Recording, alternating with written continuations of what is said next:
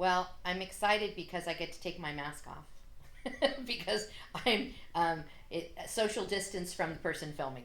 But I'm here in our conference room with a computer to talk about computers and Zoom and what we call virtual learning, virtual medicine, virtual telehealth, whatever you want to call it. I think it's what we do most of my day. It's really interesting as I think back to prior to March, I really was very inept at virtual meetings and setting up telehealth, and now I'm really, really good at it. I actually enjoy making PowerPoints.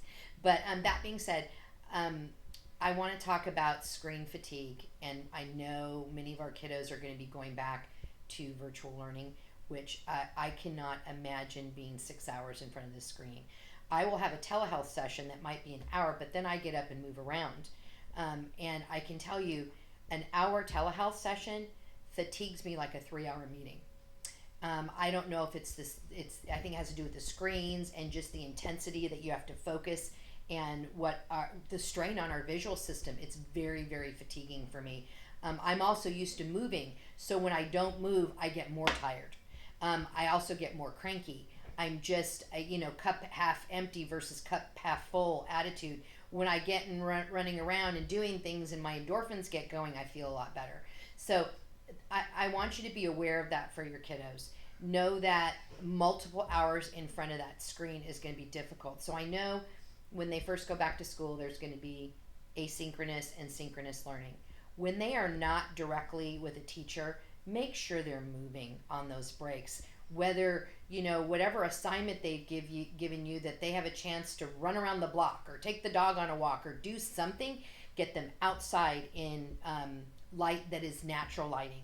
um, get the movement going. I don't care if you pause for 30 seconds, and when they go to the bathroom, you have a hippity hop ball and they're hippity hopping down to the bathroom and hippity hopping back. Your clinicians can help you with some great quick sensory breaks that's going to help them when they have to get back in front of the screen. I know many of our clients have trouble with live learning. I can't imagine how this is going to look moving forward, because I don't think um, the schooling that was happening in spring was really optimal. I think it was a very emergency last stitch effort, and so people are very, very nervous about that process. So think about some things like your chair. This is a really great chair. It rocks. It has lumbar support. My feet touch the ground. You need to think about ergonomics. Our kids need ergonomics as much as any of us. Optimal performance is going to happen. If you have natural lighting versus fluorescent or lamps, do that. Open up the window, let the light come in. So lighting's a big consideration. The ergonomics of the seat, also the device itself.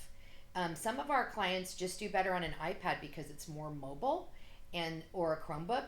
So maybe if you think your kiddo's going to need to move around, make sure the device is charged and manageable so they can do that, so that the learning is optimal.